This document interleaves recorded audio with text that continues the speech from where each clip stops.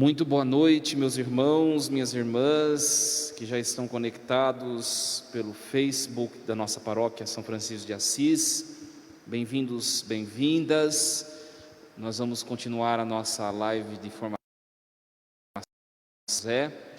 o estudo do documento do Papa Francisco. E hoje o Padre pretende ser mais objetivo, mais direto, mais sintético, né? E também para tirarmos as dúvidas que foram elencadas ontem. Então, uma alegria estarmos juntos. Nós vamos começar sempre, é claro, invocando a bênção de Deus, pela proteção e oração de São José, o pai adotivo de Jesus, o esposo de Maria e padroeiro da Igreja Católica. Vamos então rezar, podemos nos colocar diante da presença de Deus. Peço que a Pascom coloque a oração para que em casa os nossos irmãos possam acompanhar a oração de São José. Silencie um pouquinho o seu coração.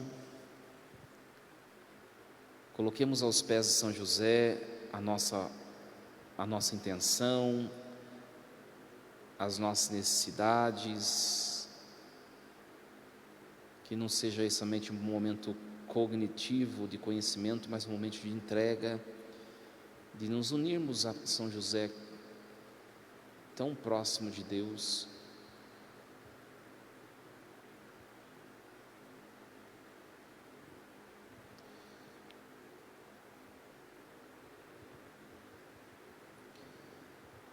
A oração já está na sua tela, vamos rezar juntos. Glorioso Patriarca São José, cujo poder consegue tornar possíveis as coisas impossíveis, vinde em minha ajuda nestes momentos de angústia e dificuldade. Tomai sob a vossa proteção as situações tão graves e difíceis que vos confio, para que obtenham uma solução feliz. Meu amado Pai, toda a minha confiança está colocada em vós. Que não se diga que eu vos invoquei em vão. E dado que tudo podeis junto de Jesus e Maria, mostrai-me que a vossa bondade é tão grande como o vosso poder. Amém. Glória ao Pai, ao Filho e ao Espírito Santo. Como era no princípio, agora e sempre. Amém. Em nome do Pai, do Filho e do Espírito Santo. Esta oração, meus irmãos, muito bonita, ela está no documento do Papa Francisco que nós estamos estudando. Para aqueles que não acompanharam ontem, nós estamos estudando o documento do Papa Francisco, que fala da vida e da missão de São José. Esse documento pode ser encontrado na internet, no site do Vaticano. Ele chama-se Patris Corde. Patris Corde. Bom, por que o Papa escreveu esse documento? Porque no dia 8 de dezembro do ano passado, 2020, nós completamos 150 anos em que São José foi colocado pela Igreja como padroeiro da Igreja Católica. Então, há 150 anos, São José é invocado como padroeiro, patrono da Igreja. Quem fez essa definição dele como padroeiro da Igreja, nós vimos ontem, né? Só recapitulando, foi o Papa Pio IX. Então, é muito importante que nós conheçamos o motivo pelo qual o Papa Francisco escreveu esse documento. E mais ainda, por causa do aniversário de 150 anos de São José como padroeiro da Igreja Católica, padroeiro da Igreja Universal, né, a Igreja Católica, ele também convocou o chamado Ano de São José. Então, de dezembro do ano passado até o dezembro deste ano, nós estamos vivendo esse ano de São José. Por isso nós estamos vendo nas redes sociais das paróquias e das páginas ou canais católicos tanta informação sobre São José, porque nós estamos no ano josefino, assim chamado por alguns. Este documento do Papa Francisco, ele é estruturado em 7 pontos. São 7 características ou títulos que o Papa dá a São José. Ontem nós refletimos acerca de 3. E agora, bem objetivamente, nós vamos refletir as outras 4 que faltam. Então, ontem nós refletimos o primeiro ponto: José, pai amado. Depois, José, pai na ternura. E o terceiro e último que nós estudamos ontem, José, pai na obediência. Mais uma vez, esse documento do Papa Francisco, ele pode ser encontrado na internet. Então você entra no Google, digita o nome do documento, tá? Eu gostaria de pedir, se alguém pudesse encontrar no Google e postar nos comentários, chama Patris Corde, que em latim significa coração de pai. Patris Corde. Digita no Google e na frente você coloca assim, Vatican, porque daí já vai para o site do Vaticano. Aparece o documento direto no site do Vaticano como primeira opção. Patris Corde Vatican. Só digitar no Google ou em outro navegador de busca, tá bom? Então nós vamos prosseguir a partir do ponto número 4. Quem está com o documento em mãos pode acompanhar. É claro que o padre não vai ficar lendo o documento. Eu vou mencionar algumas frases e comentá-las de maneira bem sintética e resumida hoje. Então, São José, meus irmãos, vamos continuar, na verdade, o documento. São José, ele é pai no acolhimento. E por quê? É claro, o primeiro motivo nós já sabemos. José acolhe Maria sem colocar condições prévias, tá? José apresenta-se como figura do homem respeitoso, delicado, que mesmo não dispondo de todas as informações, se decide pela honra, pela dignidade, pela vida de Maria. A figura de José é a figura que vence o feminicídio, porque se fosse um homem nos dias de hoje, que passasse pelas mesmas situações que José passou, certamente ele teria entrado em agressão à sua esposa Maria. Mas não, ele é o pai do acolhimento. Faltou a José o conhecimento, a compreensão do que estava acontecendo. Ele não estava compreendendo. Ele sabia que Maria era pura e perfeita, mas ele não sabia de como aconteceu essa gravidez. Uma confusão na sua cabeça. Mas isso não lhe foi motivo para agredi-la, ou para deixar de prezar pela dignidade dela. Por isso ele é o pai do acolhimento. E é um acolhimento que não conhece o que está sendo acolhido e a situação que está sendo acolhida. Ele acolhe aquela situação mesmo não compreendendo-a. Por isso ele é pai no acolhimento, um modelo para nós. E aí o Papa Francisco vai dizer assim para nós: olha, na nossa vida muitas vezes sucedem coisas cujo significado não entendemos. E a nossa primeira reação, frequentemente, é a de desilusão, de revolta. O que acontece com a gente quando a gente não entende alguma coisa na nossa vida? É a revolta, é a murmuração, é o ataque, é o ímpeto que nos domina. Mas ele não reage dessa maneira. Por isso, um exemplo de acolhimento.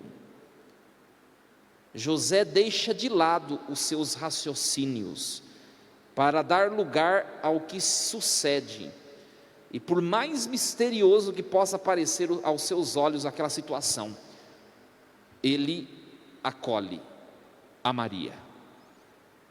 Será que a gente consegue proceder dessa mesma maneira?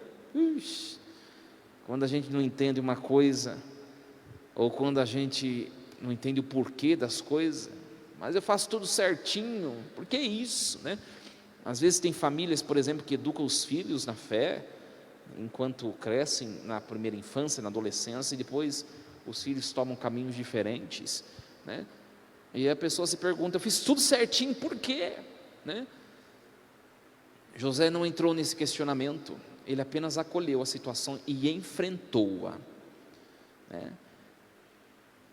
Mas isso pode nos parecer, meus irmãos, olha só, o Papa Francisco, ele reflete sobre isso. Pode nos parecer que José seja um homem resignado passivamente, um tontão, né? De acordo com o que o padre está falando. Mas não é isso. Ele é um homem protagonista.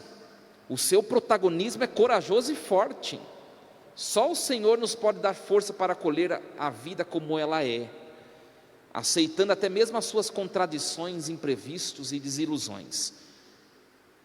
Parar, o ato de parar, o ato de ter a capacidade de refletir a vida, o ato de ter a capacidade de não sair xingando todo mundo, de não sair murmurando, questionando a Deus, não quer dizer que nós somos passivos e resignados, tontos, não. Quer dizer que nós somos pessoas equilibradas, que nós somos pessoas reflexivas em Deus, e assim ele o era, né? José, filho de Davi, não temas, o anjo disse para ele, não temas. E aí o Papa Francisco vai dizer assim: olha, a vida de cada um de nós pode recomeçar, se encontrarmos a coragem de a viver segundo o Evangelho. E não importa se algumas coisas já são irreversíveis, que não dê para consertar, Deus pode fazer brotar flores do meio das rochas. Certamente José não estava entendendo, ao mesmo tempo naquele anúncio do anjo, aliás, naquela situação que Maria está grávida e ele não compreende, ele decide abandoná-la, né? Certamente veio na cabeça dele os seus sonhos, os sonhos que ele tinha para a vida dele. Mas depois que o anjo diz e mostra o sonho de Deus: José, você vai ser pai do Filho eterno de Deus, o pai de criação do Filho eterno de Deus, que vai se tornar ser humano. Ele, que trazia em si os seus sonhos, né? Ele recomeça, ele se reconstrói em Deus, né? Muito bem, aí o Papa Francisco continua: a fé dá significado a todos os acontecimentos, sejam eles felizes ou tristes. José viu um recomeço dos seus sonhos ali. Tudo que ele tinha pensado para a vida dele ali fora destruído. Só que ali ele entra na presença de Deus. Ele é um homem totalmente que paira à sombra do Espírito. Por isso ele reconstrói os seus sonhos e faz os sonhos de Deus os seus sonhos. A fé faz, mesmo dos momentos ruins, momentos bons, porque nós podemos estar passando por qualquer coisa. Se a gente está em Deus, tudo fica bom, tá? E aí o Papa termina assim esse ponto: longe de nós pensar que crer significa encontrar fáceis soluções para os nossos problemas. São José enfrenta de olhos abertos aquilo que lhe acontece. Ele assume pessoalmente a responsabilidade por isso. Então, é uma fé muito imatura, meus irmãos, a fé que paira por aí em algumas religiões, uma fé que quer fazer a minha vontade. A verdadeira fé é ao contrário, é eu conformar a minha vontade à vontade de Deus, porque senão a gente faz, a fé imatura faz de Deus um garçom que tem de me servir. A fé verdadeira, madura, a fé que brota de fato da ação do Espírito, ela é o contrário dessa perspectiva de prosperidade. Ela tende a nos transformar segundo a vontade de Deus. E é isso. Então, este ponto, José, pai do acolhimento, né? Pai no acolhimento. Essa imagem que o Papa Francisco tenta mostrar de São José. Depois nós vamos para o ponto 5, que é o José, pai com coragem criativa. O padre está sendo mais rápido hoje, para não ficar muito prolixo, enrolando, né? José, pai com coragem criativa.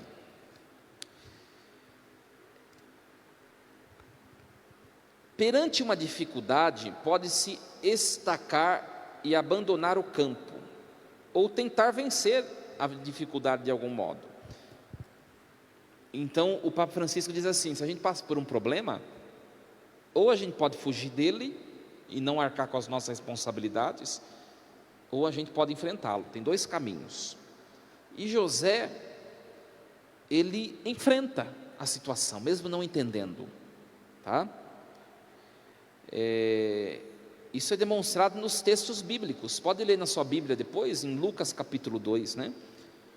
José vai com Maria, ele cumpre toda a lei, né, da sua terra, do recenseamento, arruma um estábulo, prepara o modo como Jesus vai nascer, mesmo que nasceu no meio dos animais, mas ele deve ter preparado o melhor que ele podia naquele momento, e ele assim o faz, né? Ele não conseguiu estada na hospedaria, mas ele certamente procurou o melhor lugar possível para que o seu filho pudesse nascer, na urgência, né? Também, depois quando José está lá, e ele tem que fugir para o Egito, né? Ele o faz da melhor maneira, né? Ele deve ter organizado a sua fuga para o Egito, ele não deve ter viajado de qualquer jeito. Então, é um homem que, diante dos desafios, ele respira e continua, o que a gente às vezes não faz. Às vezes a gente respira, mas a gente fica murmurando, enquanto o tempo passa e as coisas não são feitas.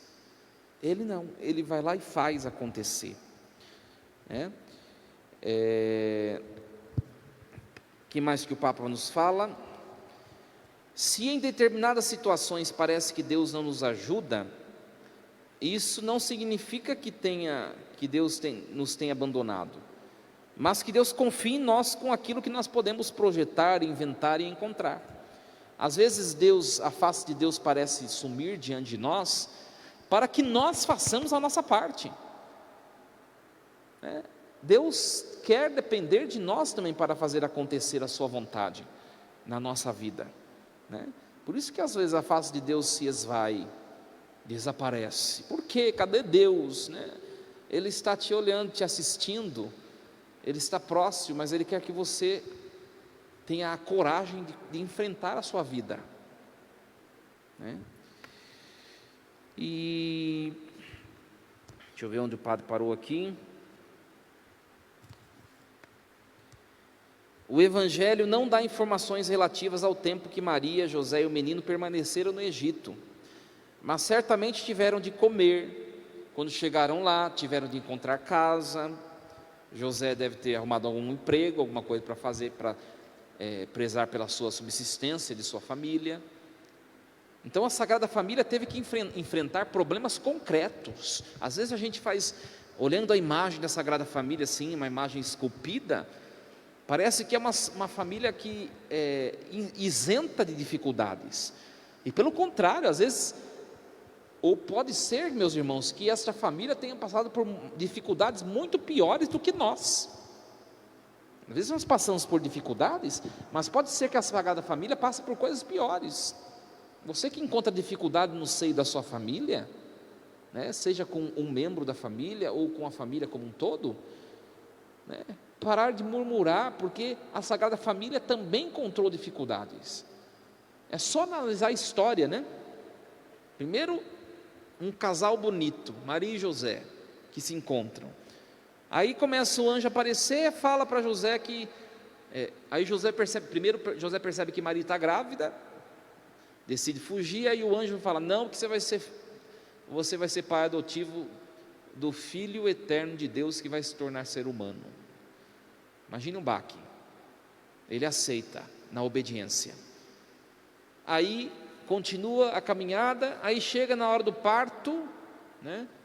Chega na hora do parto, eles têm que ir para Belém, porque José veio de lá, né? E aí não tem aonde se hospedar, né? não tem aonde se hospedar. E aquela confusão toda, né? Um monte de gente que vai para a sua terra natal, uma confusão, não tinha espaço. Depois fica sabendo que Herodes vai matar todas as crianças, porque descobriu que Jesus tinha nascido, o Messias, né? E o Messias tiraria o lugar dele. Aí tem que fugir para o Egito, né? Uma terra desconhecida. Pegaram as coisas, não sabemos como foram, certamente num burrinho, como nos mostra a imagem de Nossa Senhora do Desterro, né? José, Maria, Jesus e um burrinho. Devem ter pego algumas roupas, algumas coisas nas costas, saído em viagem, foram para um lugar que não conheciam, levaram alguma quantia de comida que iria acabar, lá tiveram que se adaptar, que procurar emprego, que certamente chegaram, teve que pedir comida, estada em algum lugar. Olha o sofrimento, né? Depois contavam os dias para poder voltar para a sua terra, né? Porque o Egito era uma terra desconhecida, e quando a gente vai, né, tem gente que não dorme uma noite fora do seu colchão, né?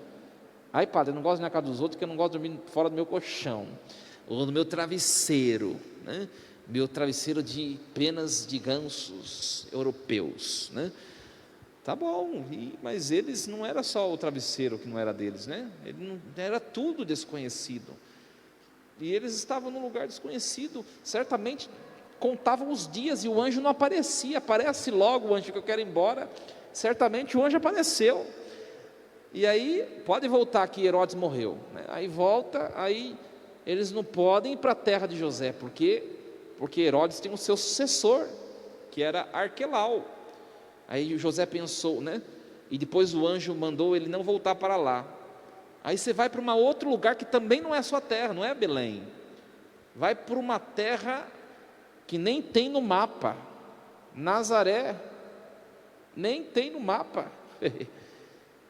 É o que tinha para hoje, né? Tinha para hoje, era isso. Foram. Aí tem que novamente construir a vida lá.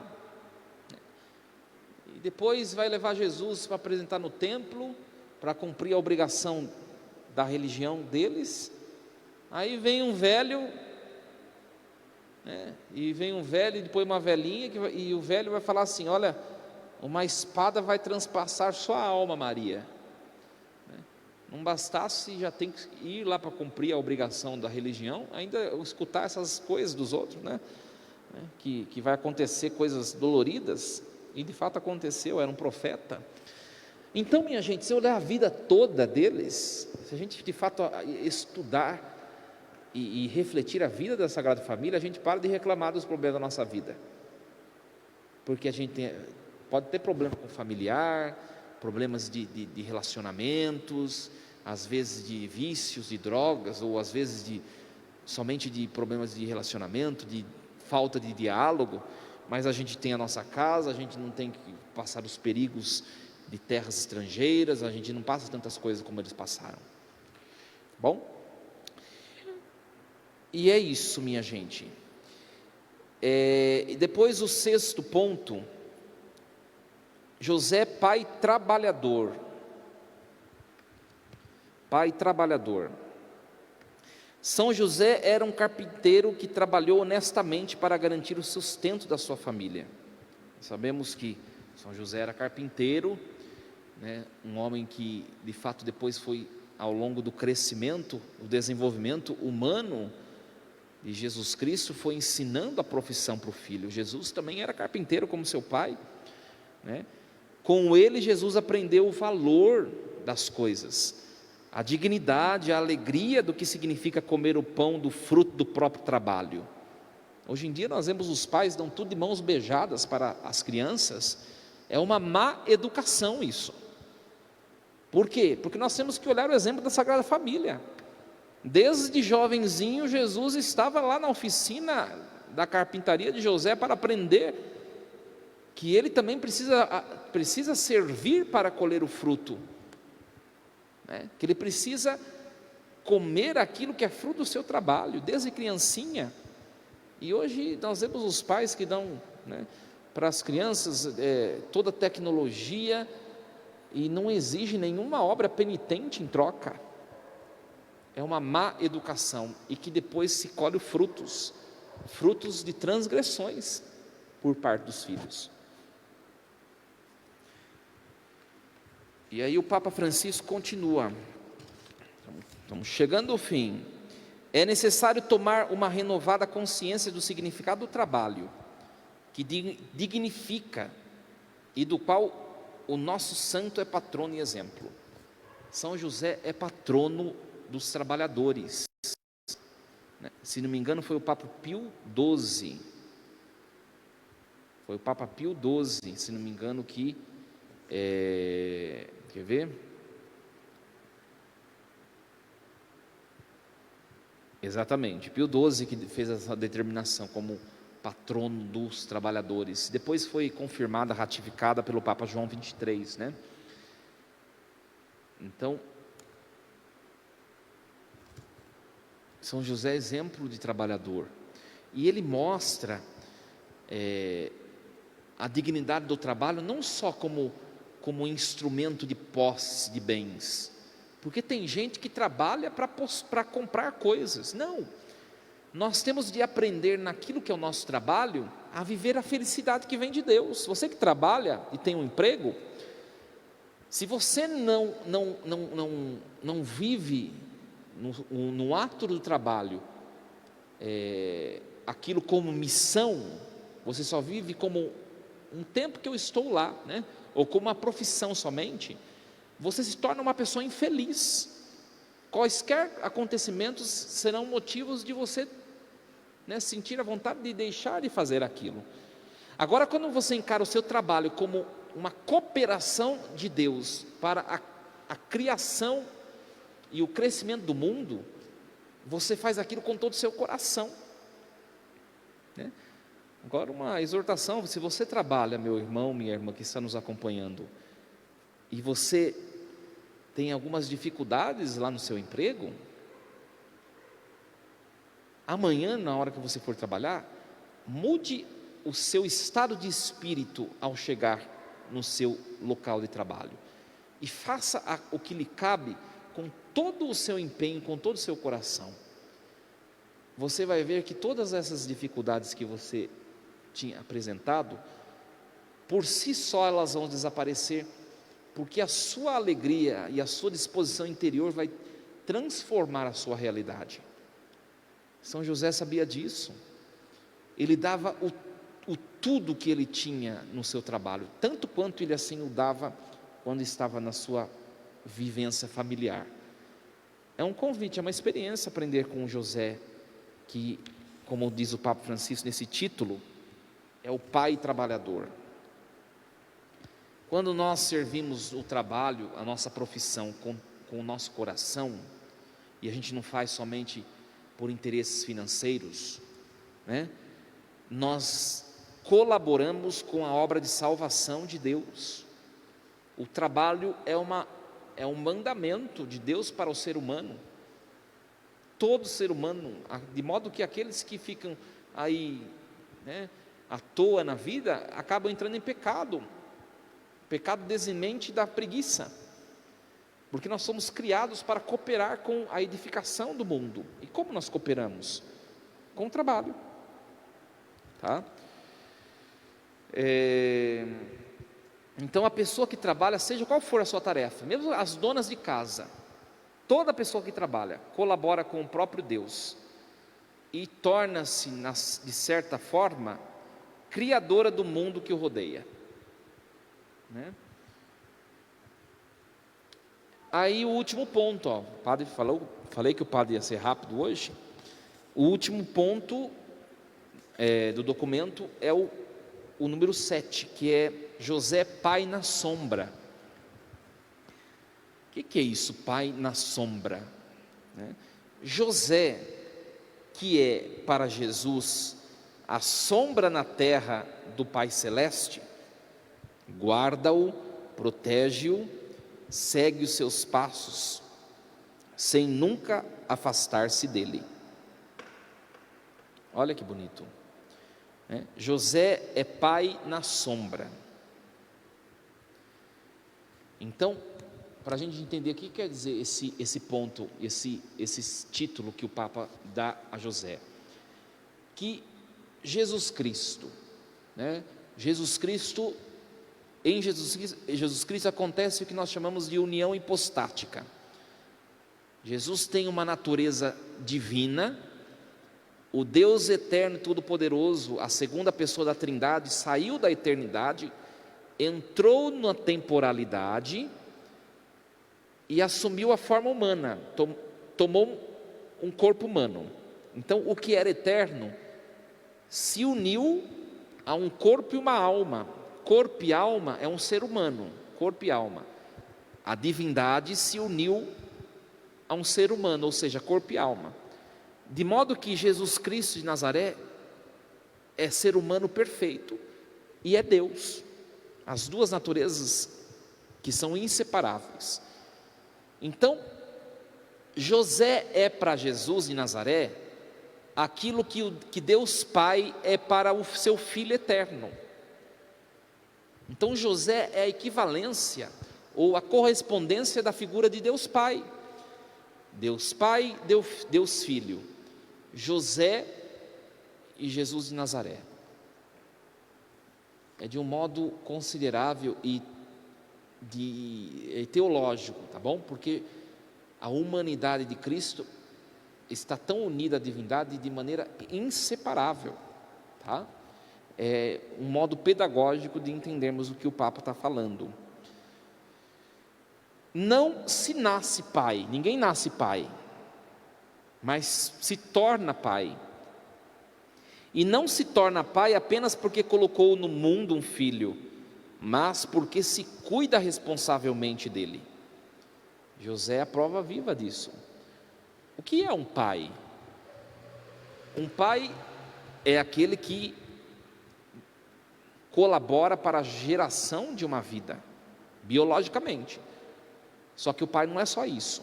O pai é aquele que educa com responsabilidade. José é a prova disso por quê? Porque ele não é pai biológico de Jesus, mas Deus o chamou de pai de Jesus. Pode ler no texto bíblico, né? Deus o chamou de pai, por quê? Porque ele é pai, porque assumiu a responsabilidade de pai no seu ofício. Então pai não é só quem gera a vida biologicamente, ou quem colabora para a geração da vida biologicamente, mas quem cria, quem educa na fé, nos bons costumes, tá bom? E aí o Papa Francisco vai dizer assim: olha, todo mundo que possui, né, em certo sentido, a responsabilidade pela vida de outra pessoa, acaba exercendo uma paternidade. No caso das mulheres seria uma maternidade, né? Então você que tem pessoas aos seus cuidados, nem o padre tem muitos fiéis aos seus cuidados espiritualmente. Muitas vidas, não só espiritualmente, às vezes psicologicamente, são colocadas aos cuidados do padre. Por isso o padre tem obrigações paternas sobre aquelas vidas. Você que é empreendedor, por exemplo, né, e tem funcionários, não os trate como meros prestadores de serviço. Eu não quero nem saber da vida deles. Isso não é uma postura cristã. Você tem que assumir a sua postura de autoridade sobre eles com paternidade. Buscar saber com profundidade quem são essas pessoas, o que de fato são seus anseios, seus sonhos. Por que o mundo está desse jeito hoje? Porque as pessoas se tornaram frias umas com as outras. Se tornaram frias, né? Podem ver no meio empreendedorístico, as empresas que mais prosperam são aquelas que tratam cada um dos seus funcionários como ser humano e não como número. Pode perceber, né? Eu conheço vários, né, empreendedores, né, que têm uma relação de maternidade ou de paternidade com os seus funcionários. E o funcionário passa a agir de que maneira? Ele passa a dar a sua vida por aquilo, como se fosse seu, mas não é. Por isso, também quem é professor, você tem uma função paterna ou materna sobre os seus alunos. Você tem uma responsabilidade dada por Deus. E o Papa diz nesse ponto que fala de José como pai, como sombra, né? Ele fala da responsabilidade sobre outros seres humanos, professor, padre, né? Qualquer outras funções, empreendedor, os governantes. E meus irmãos, a função paterna ou materna de um ser humano será pedida contas no fim dos tempos, no juízo, todas. Um padre vai prestar conta por todas as vidas que ficou sob suas responsabilidades e aquelas que ele não assistiu, né? Aquelas que ele não cuidou bem por própria intenção. Assim os políticos, os pais biológicos efetivamente, os empreendedores, todos aqueles que têm aos seus cuidados seres humanos. Portanto, a coisa é séria, né? Depois o Papa Francisco vai falar um pouquinho, depois para encerrar, né, já terminando esse ponto, sobre a questão da castidade. Muito bonito o que o Papa fala. Esses trechos eu vou dar uma lidinha, olha, prestem atenção. Ser pai significa introduzir o filho na experiência da vida, na realidade, não segurá-lo, nem prendê-lo, nem subjugá-lo, mas torná-lo capaz de opções, de liberdade, de partir. Então, quem é pai aí, ou mãe, fique esperto que isso daí é para você agora, para você. Pai e mãe, não é aquele que fica colocando para seus filhos um elenco de proibições, não faça isso, não faça aquilo, e criando um temor negativo no coração do filho. Então nós temos extremos, olha só, você que é pai e é mãe, presta atenção, temos extremos que pai e mãe não pode cair. Um extremo é esse que o padre falou, o pai rabugento, a mãe rabugenta, intolerante, não faça isso, fala uma vez só e nunca mais vai conversar sobre o filho, sobre aquilo. Não pode usar drogas, não pode fazer a prática afetiva sexual de maneira como não manda a igreja. Não, é o pai e a mãe da intolerância. Só que tem o outro extremo, que é o pai e a mãe amigos, é o paizão, a mãezona, de modo que o filho começa a tratá-lo como se fosse o melhor amigo. Esses extremos, né, é o que subentende do texto do Papa, são péssimos para a educação cristã, péssimos. É o ponto médio, você que é pai e que é mãe, que precisa encontrar. Olha o que diz, que bonita frase. Ser pai significa introduzir o filho na experiência da vida. Tem pai, tem mãe que não conversa com os filhos sobre sexo. Ai, não pode falar sobre essas coisas, né? Tem pai, tem mãe que não fala com os filhos sobre a homossexualidade. Pode ser que o seu filho tenha essas tendências. Ai, não pode falar, não aceito, né? É o extremo da intolerância, né? Tem pai, tem mãe que não conversa com os filhos o que está passando, ou o filho está na adolescência, está naquela fase de descoberta da sexualidade, da afetividade, né? Não é hora ainda, hein? Não vai atrás, né? Espera um pouquinho, senta e conversa, né? Você tem dúvidas sobre isso? Vamos conversar. Entra na vida do filho e o instrua com responsabilidade, de maneira cristã. Mostre os caminhos. O pai é aquele que mostra: olha, se você for por esse caminho, pode ser que esse caminho te leve à morte, te leve ao sofrimento. Não é caminho bom. Vamos analisar uns exemplos que a gente conhece, tal. Aí você mostra o outro caminho. Esse caminho é a nossa meta como cristão, né? Só que pode ser que seja mais, pode ser não, o caminho da retidão é o caminho mais difícil, né? Mas esse é o caminho daquele ser humano que busca de fato a Deus. Então é um pai e uma mãe sincera que prepara o filho para a vida. Tem família, por exemplo, que não fala com os filhos, adolescentes, quase na época da juventude, sobre afetividade, sexualidade, não se fala. E aí cresce uma perversão oculta. E tem o que o padre falou, né? O outro extremo, né? Que fala palavrão, que fala, às vezes, frase promíscua, né? E o filho conta, às vezes, experiências de promiscuidade para o pai, para a mãe dá risada, sabe aquela permissividade que não é salutar, que é o outro extremo. Não, preparar o filho para a vida, né? José fez isso com Jesus, minha gente. Quem educou Jesus nos bons costumes, a falar palavras santas, a respeitar os mais velhos, cumprir a lei e os costumes? Quem educou Jesus? José e Maria, né? Claro que José, porque José está numa fase patriarcal da sociedade, então era o homem que fazia isso. Por isso a importância desse homem como pai, tá?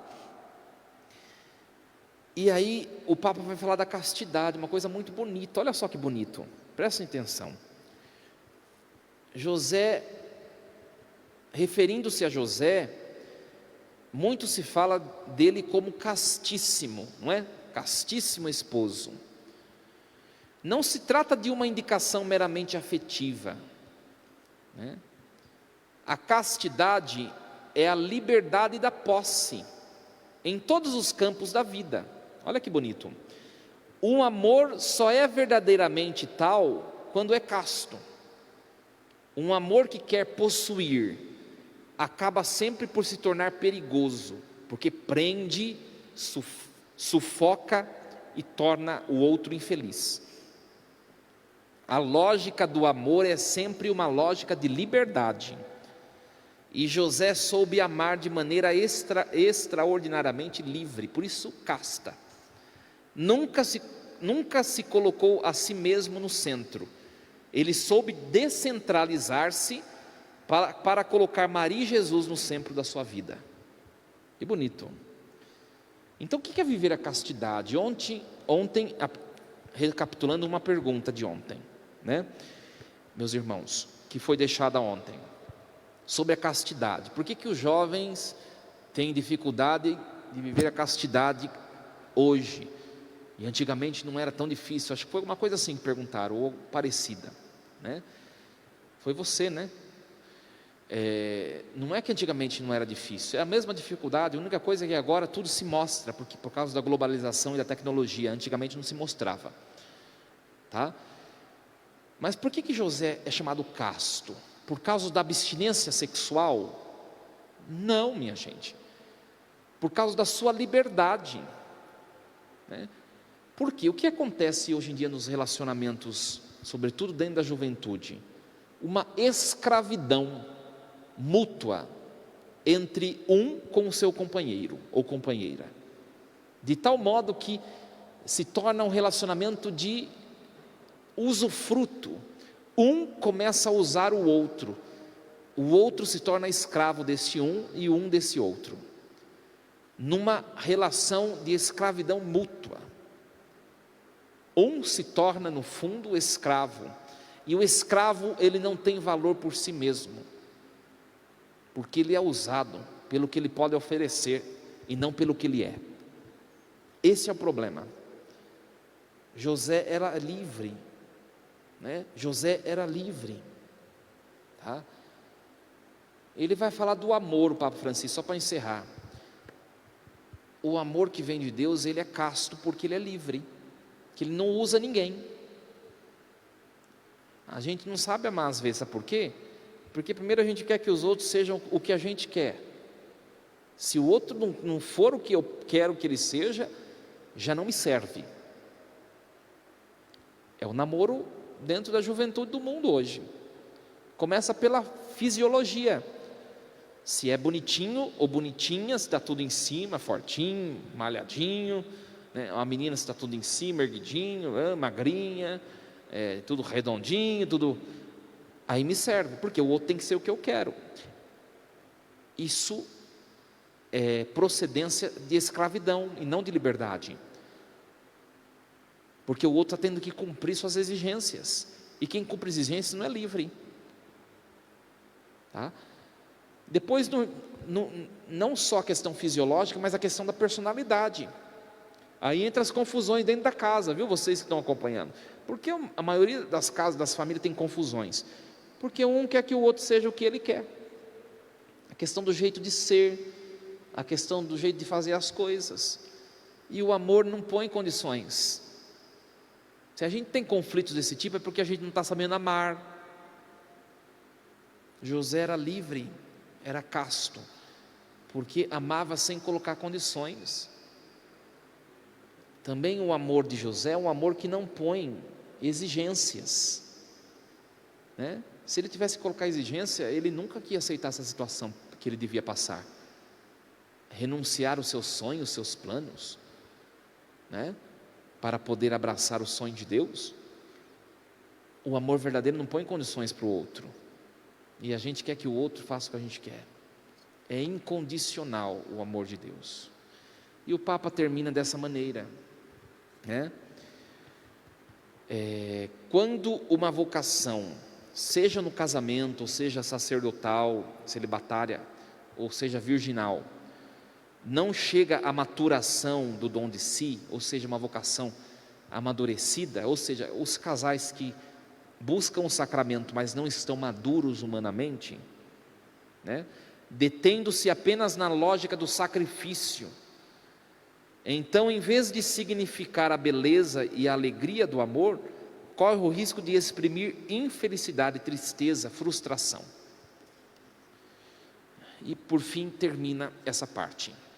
Agora, meus irmãos, deve ter perguntas aí, mas eu vou responder primeiro as perguntas que foram deixadas ontem. A primeira delas, sobre a imagem de São José, que eu já iria falar hoje. Então, só para a gente recapitular um pouquinho sobre a imagem de São José, o significado, se eu não me engano foi a Tânia que perguntou, se eu não me engano, né? O significado da imagem. Toda a imagem sagrada utilizada pela igreja, ou a sua iconografia, os quadros, tem um significado, nada é à toa, tá? Então vamos primeiramente analisar as cores das coisas, né?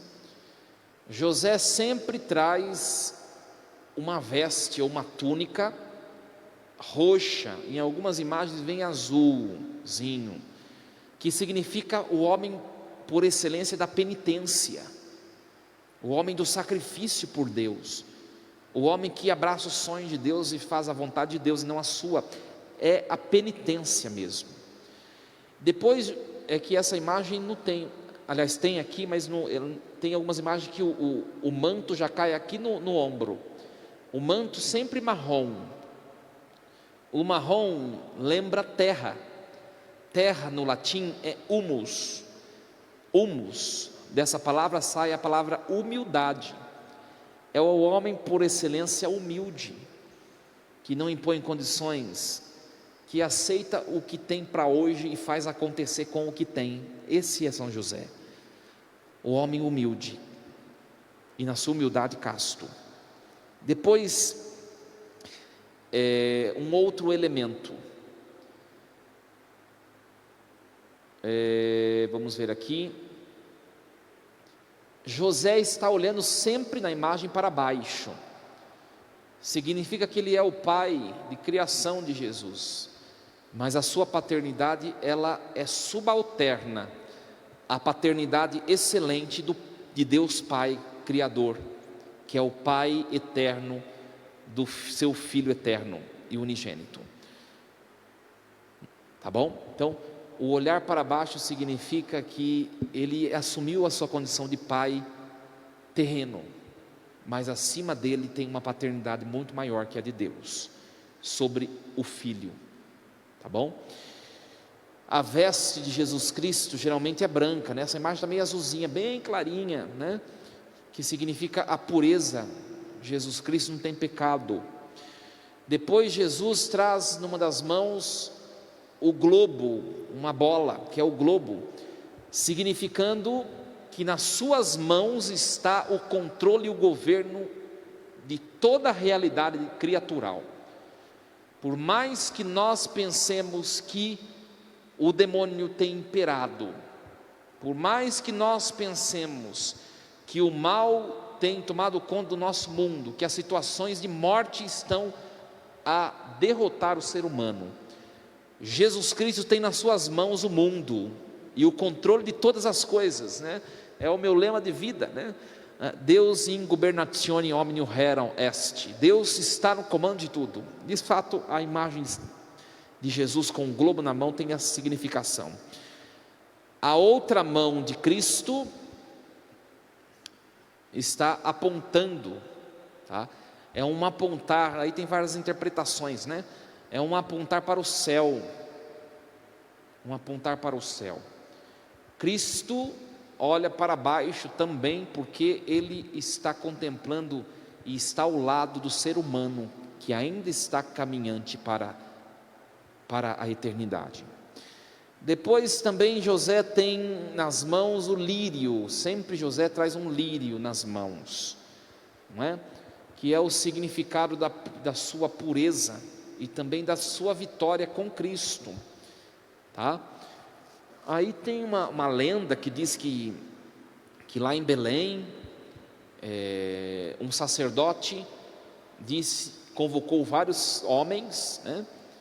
E esse sacerdote lá em Belém, na época de José, convocou vários homens, e José estava lá no meio, é uma lenda.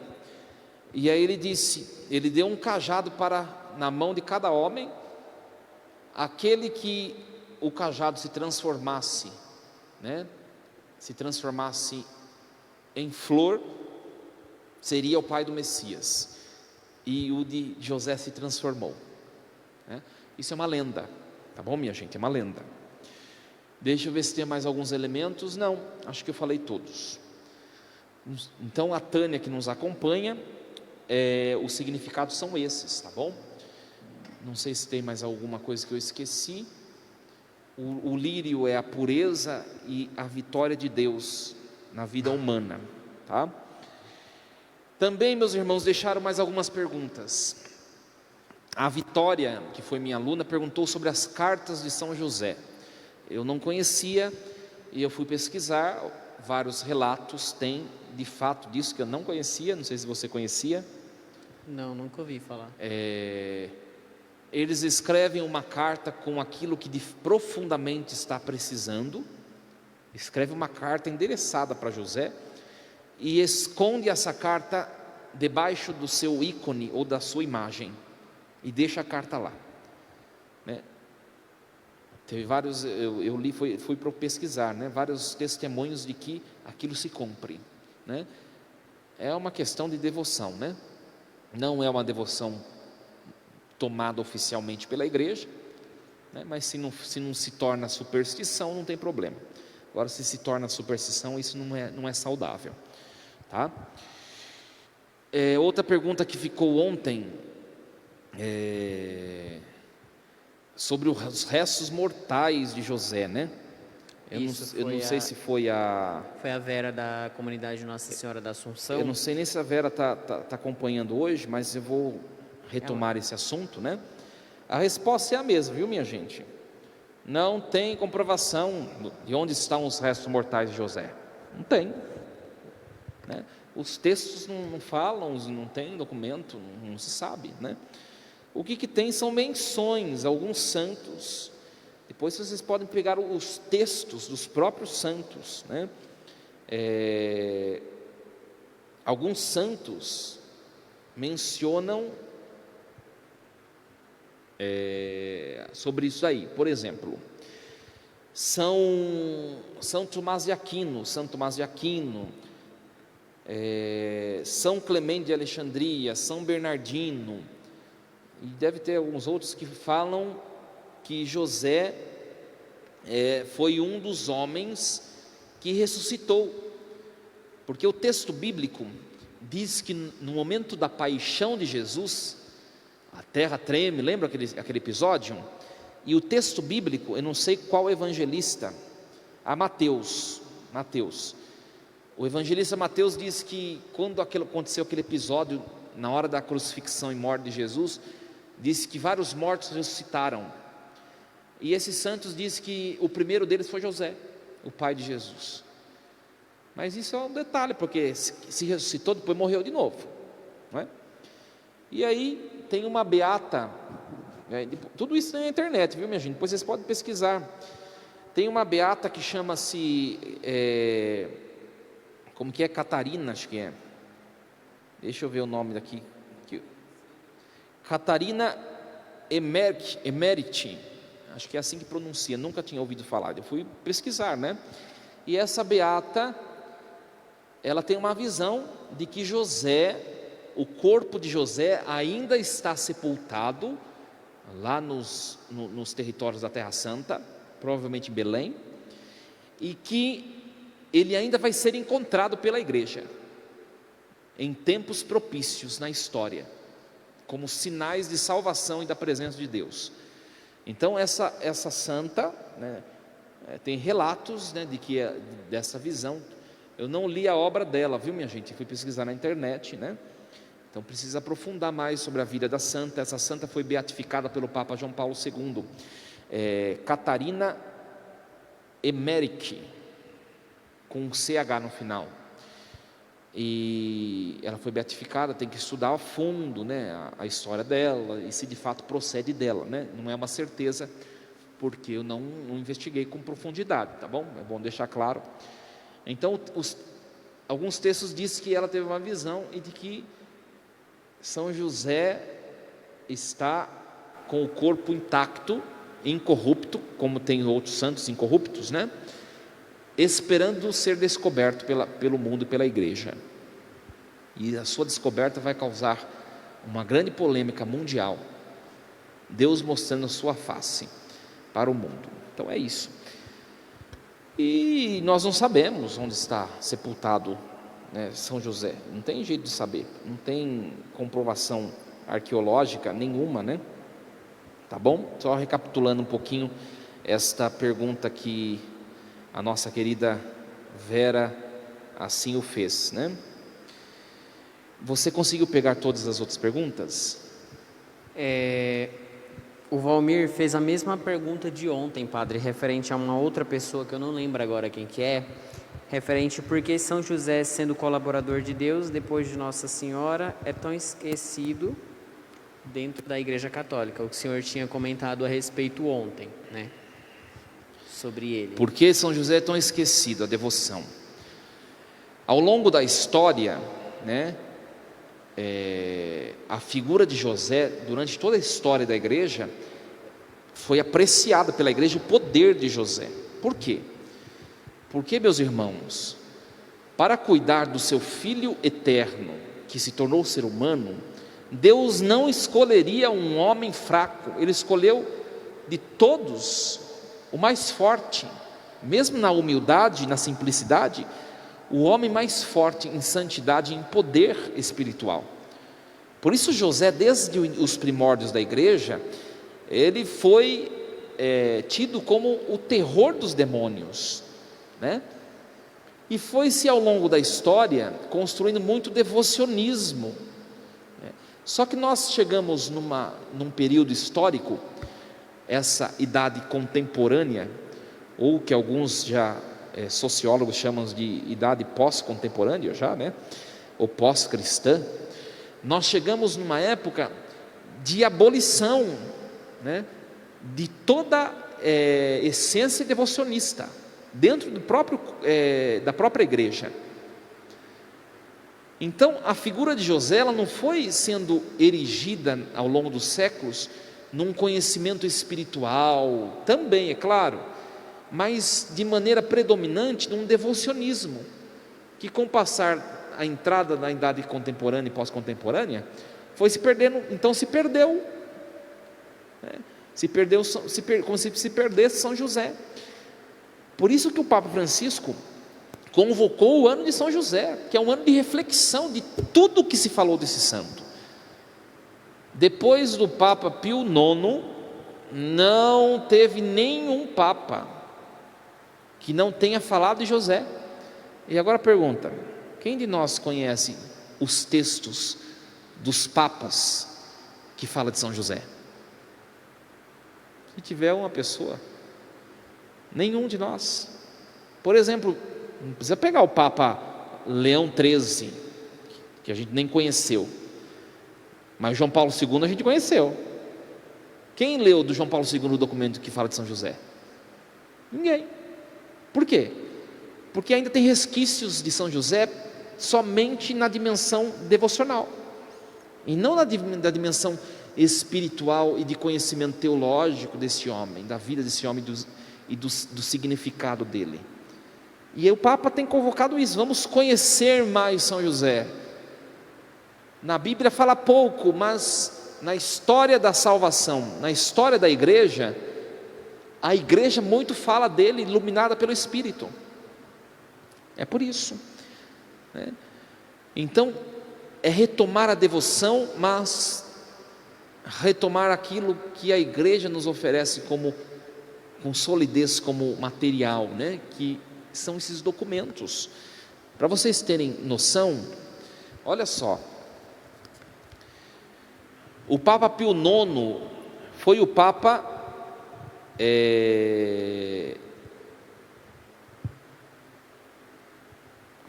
que proclamou São José patrono da igreja, tá? Papa Pio IX.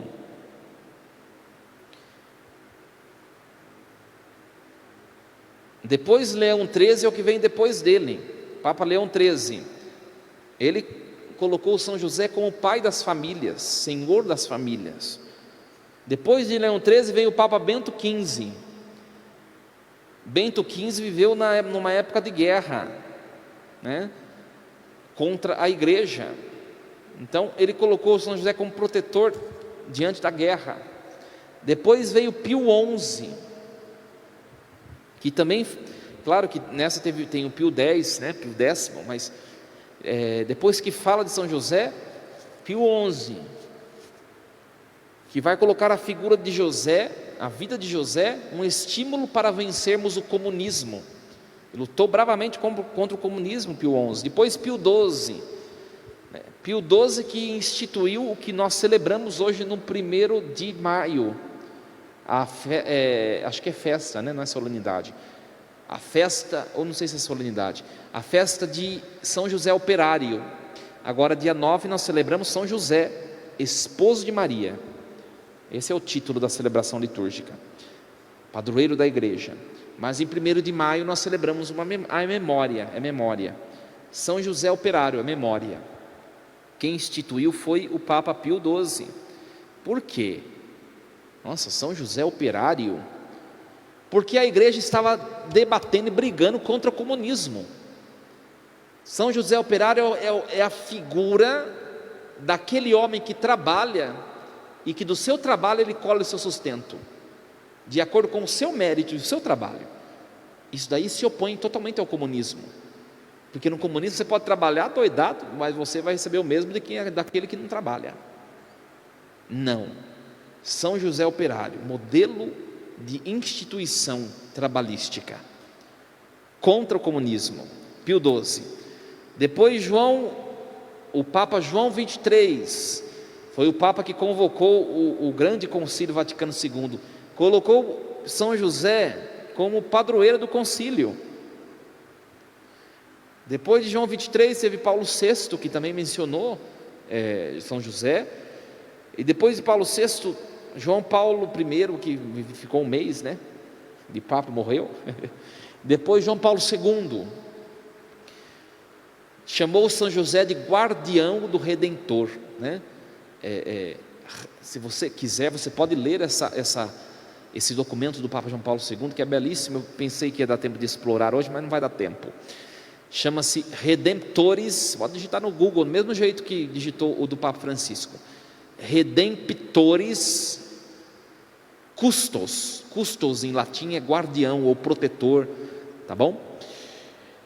Depois Bento XVI, né? Bento XVI foi quem introduziu São José nas outras orações eucarísticas. Até então só tinha São José na oração eucarística 1. Bento XVI fez uma pequena reforma litúrgica e falou: todas as orações eucarísticas vão ser mencionadas o nome de São José, tá?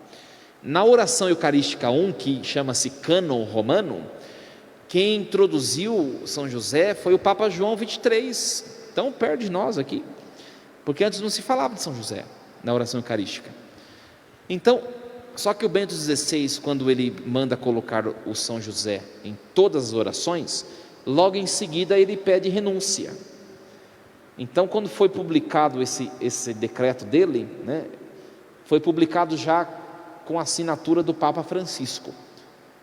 Então, se você for procurar aqui, Papa que mandou colocar São José nas outras orações eucarísticas, vai estar escrito Papa Francisco.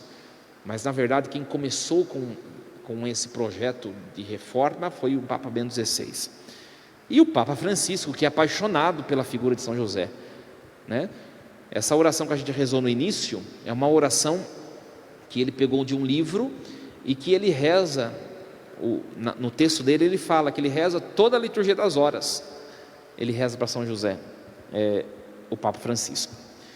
Então é isso, minha gente. Tem mais perguntas aí, David? Sim, padre. A Marinês Agnolon, ela pergunta o seguinte: padre, por que não aparece a vida de José e a adolescência de Jesus na Bíblia? Não aparece porque não escreveram, né? Vai saber. A Bíblia, é claro que isso daí, minha gente, isso daí já é assunto para uma outra live, um assunto muito complexo e que exigiria muito estudo do padre antes de fazer a live. Na Bíblia não está a totalidade da revelação, como os protestantes assim falam. Por quê? Porque antes de ser escrito algo, o que tem que acontecer? Antes de ser escrito alguma coisa? Não, tem que acontecer o fato que foi escrito. Só que quando foi escrito, já tinha se passado muito tempo. Os textos de João, por exemplo, os textos de São João, foram escritos mais ou menos, não me lembro, 100 anos depois da era de Jesus. Será que o Espírito Santo só foi inspirar a igreja 100 anos depois? E tudo que os apóstolos foram ensinando para o povo foi repassando, não conta? Então a Bíblia, ela não é a totalidade, ela apenas é um registro parcial do que Cristo revelou e ensinou aos apóstolos. Por isso que a Igreja Católica crê não só na Escritura como revelação, mas na Escritura e no que nós chamamos de tradição apostólica. O que é tradição? Tradição é a experiência que os apóstolos tiveram, mas que nenhuma comunidade escreveu, mas eles tiveram e eles ensinaram e foram ensinando. Um exemplo dogmático que vem da tradição apostólica e não da Escritura: a Assunção de Nossa Senhora. Na Bíblia não tem escrito que Maria subiu aos céus, só que os apóstolos viram, eles viram, e eles foram ensinando, e a igreja nesses 2000 anos sempre creu nisso, muito antes de surgir a igreja protestante. A igreja já cria, porque a igreja veio dos apóstolos, e a igreja crê no que os apóstolos viram e ensinaram. Então a Bíblia não tem tudo, e se não está lá, tem coisa que não está lá e também não tem na tradição apostólica, é porque é irrelevante, não tem necessidade de saber, tá? E também tem coisas que a Bíblia oculta, para quê? Para afirmar algo. Por exemplo, tem pouquíssima coisa de São José na Bíblia, de Maria também. Por quê? Para mostrar aquilo que o Papa fala no documento, que ele saiu de centro para deixar no centro aquele que devia estar no centro, Jesus e Maria. Mesmo Maria saiu de centro. Eis aqui a serva do Senhor. Ele olhou para a humildade desta serva, nos diz a Bíblia. Ela também sai de centro para que apareça somente Jesus. Então, o texto bíblico também tem uma intuição, tá? Tem coisas que não são relevantes para a história da salvação. Esses 30 anos da vida de Jesus são obscuros em termos de conhecimento. Por quê? Porque ele viveu como nós vivemos. Ele ia no banheiro, ele trabalhava, ele chegava cansado em casa, às vezes ele ficava chateado, ele tinha que fazer as refeições, de vez em quando tinha o seu modo de se divertir, que nós não conhecemos, porque nós não conhecemos a cultura de lá, muito menos naquela época, mas de fim de semana ele se divertia. Ele era um judeu praticante, cumpria as leis da religião, igual nós católicos cumprimos certinho as leis da igreja. Então, aí se tivesse escrito essas coisas, a gente ia perguntar o quê? A gente ia falar o quê? Ele faz tudo isso, a gente também faz. E por que está escrito, né? Então, para não ter essa pergunta, já não estava escrito, já não foi escrito, porque são coisas irrelevantes. O que mais? Padre, diante da catequese de hoje, o senhor tinha tocado sobre as famílias, né? O exemplo de São José como pai na vida das famílias hoje em dia. A gente vê, principalmente no século que a gente está vivendo, a juventude de hoje em dia, ela não tem o verdadeiro diálogo que deveria ter com os pais. Às vezes, pode ser por questão de medo, que nem muitas vezes já conversei com amigos meus que tinham medo de chegar nos pais para conversar, tanto a respeito da sexualidade, como outras questões, né? Ele falava, eu tenho medo do que o meu pai vai pensar a respeito, ou a minha mãe vai pensar. Às vezes eu preciso de um abraço, eu tenho medo do meu pai virar as costas e dizer não querer me abraçar, né? Então, São José, eu vejo ele como esse exemplo. São José quebra esse tabu na juventude de hoje em dia de ter aquele medo de chegar no pai, de chegar na mãe, de contar o que está acontecendo, o que se passa no dia a dia. E nós aqui na São Francisco, a gente tem uma boa juventude, que alguns que já conversaram comigo a respeito disso, eu vejo um medo de chegar nos pais, né? E às vezes não consegue chegar nos pais, mas vem aos nossos padres para um momento de espiritualidade, para um momento de confissão, né? Então, São José, ele já serve como esse grande modelo na vida da gente, né? Por isso que a gente sempre pede e deve, né, principalmente a juventude, pedir a intercessão de São José todos os dias. Os trabalhadores, que nem o senhor tinha citado, também a mesma coisa. E pais que estão em casa. Esse diálogo que o padre fala é preciso ter entre pais e filhos.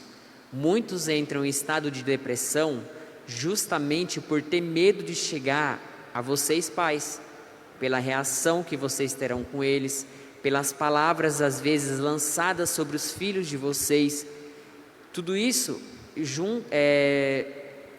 cria uma bola, cria um medo dentro da juventude, dos seus filhos.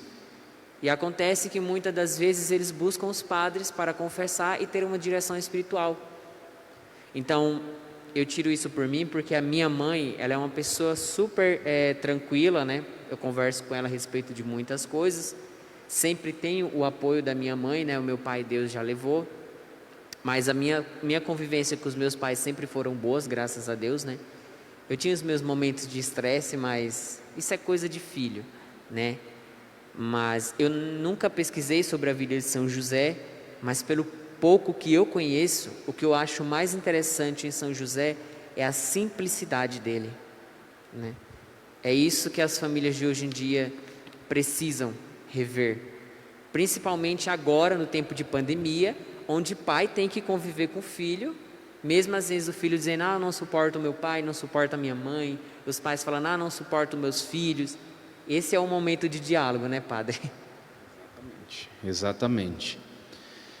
A crise da família hoje É uma crise devido à falta de diálogo e à falta da vivência da religião. Aí as famílias que estão em casa vão falar assim: ai padre, mas a gente vai na missa. Viver a religião cristã não é ir na missa. Você tem que ter um cultivo, né? O que você celebra na missa tem que soar na sua vida familiar durante a semana.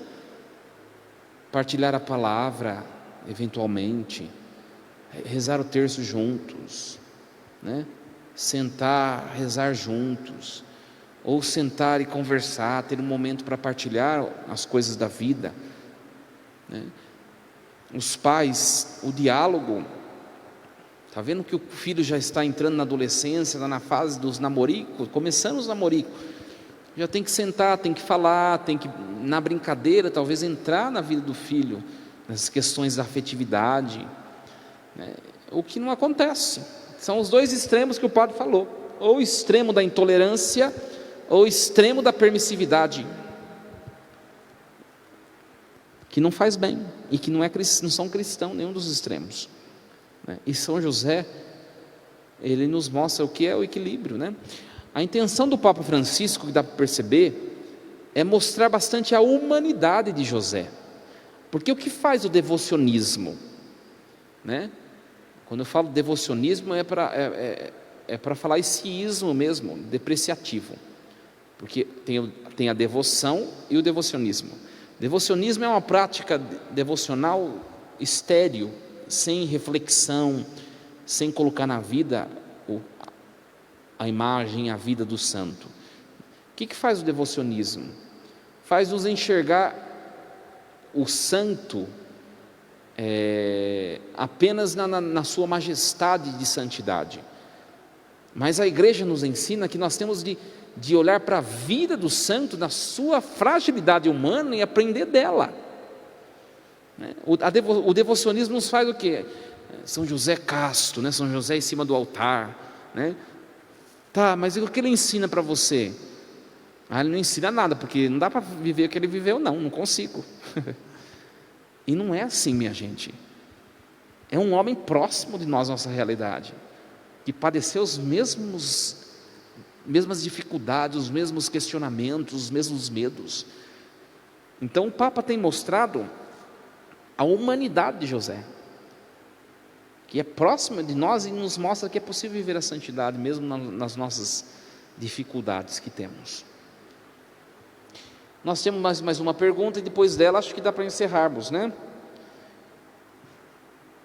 O Valmir pergunta: José morreu logo após o sumiço de Jesus e seu encontro no templo?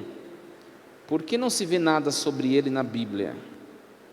É o que eu já falei, né?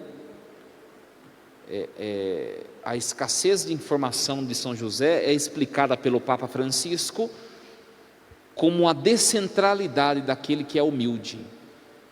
Ele viveu em tudo para deixar que no centro ficasse Jesus. Assim também o fez Nossa Senhora, tá? Por que dessa forma, né? Um desaparecimento não manifesto na história. Os textos bíblicos não falam nada da morte do pai de Jesus, e nem da morte da mãe, né? E nem da assunção, né? Da ressurreição do corpo, né? E por quê? Né? Por causa da centralidade. É aquilo que João Batista dizia, né? Que ele cresça e que eu desapareça. É a frase que saiu da boca de João, mas que é o lema de vida de todos os santos: que ele cresça e que eu desapareça. Acho que acabaram as perguntas, né? Isso, padre. Essa foi Muito bem, meus irmãos, então nós vamos encerrar a nossa... Tem muitas outras coisas, né? Muitas outras curiosidades, né? Por exemplo, que eu não vou aprofundar, que não dá mais tempo, né? A questão de José ser esposo de Maria. Durante a história, foi se criando um medo de se colocar José como esposo, porque seria uma afronta ou comprometeria a virgindade de Maria. Então começou a se usar esse título esposo com muito medo. Não, ele foi esposo. Na sua prática religiosa judaica, ele foi esposo, né? É que os judeus, é como se fosse um pré-casamento, mas na verdade é o casamento. Eles ficam 1 ano juntos, mas não podem se tocar, né? Vivem 1 ano juntos, mas não podem se tocar, né? E o texto bíblico diz: não pode conhecer um ao outro. Esse conhecer é ter relação sexual. E certamente esse acontecimento da anunciação foi exatamente nesse ano experimental, que José de fato aceitou Maria, que fora prometida, porque as mulheres não escolhiam o namorado como hoje, era tudo prometida, né? Quem escolhia era a família. A família apresentou Maria, José se encantou por ela, que certamente era uma menina de 12, 13 anos, maravilhosa, né? Linda. Fora apresentado por ele, a família, ele aceitou aquilo, né? Uma menina linda como a Maria, né? Coitado, mal sabia o que ia acontecer, né? Aí, a partir do momento que ele aceita, tem esse ano, que é um ano, a fase inicial matrimonial, que ainda um não conhece o outro. Foi nessa fase que apareceu o anjo e que aconteceu toda a narração bíblica da anunciação, né? Mas ele já é esposo, tá? E a questão, só para terminar agora, mais uma vez, né? A questão de José ter desconfiado de Maria, né? Tirem isso da cabeça. A gente escuta em algumas homilias até, às vezes. José ia fugir porque pensou que Maria tinha adulterado. Isso não procede, minha gente. Eu falava ontem e vou falar a mesma coisa. Por que o texto bíblico diz que José era casto e justo? Essa palavra justo vem de justificar. Justo é aquele que julga. E quem julga? Só julga quando sabe de algo, né? Como ele não sabia, ele fugiria para não julgar, porque se ele fugisse, tentasse fugir, porque ele estava pensando que ela tinha o traído, ele já estaria julgando. Não, ele não julgou, por isso ele é justo. O justo julga corretamente todas as situações e circunstâncias. Ele é justo por isso. Como ele não sabia, não compreendia, e nos diz o texto bíblico que ele não compreendia. Então é uma questão de análise das palavras. Se ele é justo, quem que é uma pessoa justa? Quem julga corretamente e não tem erro no juízo. Só que mesmo texto bíblico diz que ele não estava entendendo. Então, se ele não estava entendendo, ele não apontou-a, porque ele é justo. Dá para entender? Né? Então ele é homem justo. Por que o texto bíblico coloca esse adjetivo para ele? Para dizer que ele não a julgou, porque ele não estava entendendo. Ele fugiria, não porque ele pensou algo dela, mas ele fugiria porque ele sabia que os outros pensariam, os outros se colocariam como acusadores. Por quê? Porque os outros não eram justos, ele era. Dá para entender? Então a gente escuta em homilia, né? José pensou que Maria, isso daí chega a ser heresia, porque fere a concepção que a igreja tem na sua tradição de José, o homem obediente, o homem justo, casto, tá? Que Deus abençoe, meus irmãos. Então nós vamos encerrar a nossa live, vou dar a bênção. Uma alegria estar com vocês. Amanhã nós vamos rezar o terço, a equipe vai rezar o terço às 18h30, depois tem a celebração às 19h30. Amanhã não tem live, tá bom? Na sexta-feira nós rezaremos o terço de São José em um horário que nós vamos colocar nas nossas redes sociais para vocês saberem. Na sexta-feira também nós vamos rezar a missa solene de São José. Então prepare as suas intenções, escrevam, tá bom? E se quiserem, deixem, mandem para a secretaria paroquial para que possamos rezar por elas. E às 19h30 na sexta-feira nós rezaremos a missa solene de São José. Na sexta-feira, como a missa é solene, vai demorar um pouco mais, nós não teremos a live. Na semana que vem nós vamos realizar a live todos os dias, tá bom? Se eu não me engano, será todos os dias. Então nós deixamos aí nas redes sociais, uma enquete de temáticas. Escreva nos comentários da própria postagem. Tem gente mandando como mensagem, inbox, aí é ruim, tá? Mandem no corpo da própria mensagem as sugestões, que nós vamos selecionar o assunto. Também, às vezes tem pessoas que colocam sugestões que não tem o que explorar teologicamente, aí não dá, né? Aí não dá, tem que ser temas teológicos para a gente fazer a nossa live, tá bom? Na semana que vem. Eu lembro que uma temática bastante solicitada na última live que nós fizemos sobre escatologia, céu, inferno e purgatório, lembram-se? Uma temática apresentada e muitas perguntas relacionadas a ela é sobre o pecado. Eu lembro da outra vez, mas vamos ver se aparece no corpo do texto, tá? A gente vai encerrar a nossa enquete até o final da semana, porque o padre precisa, se for um tema diferente, o padre precisa elaborar com muito mais profundidade, tá bom? Que Deus abençoe vocês, muito obrigado pela presença. Que São José possa abençoar o seu lar, proteger de todos os perigos. Agradeço a Pascom, ao David, ao Gabriel, ao Lucas, que estiveram hoje, também aos que ontem estiveram. Muito obrigado. Nós estamos fazendo isso para que você possa crescer espiritualmente junto de nós. O Senhor esteja convosco.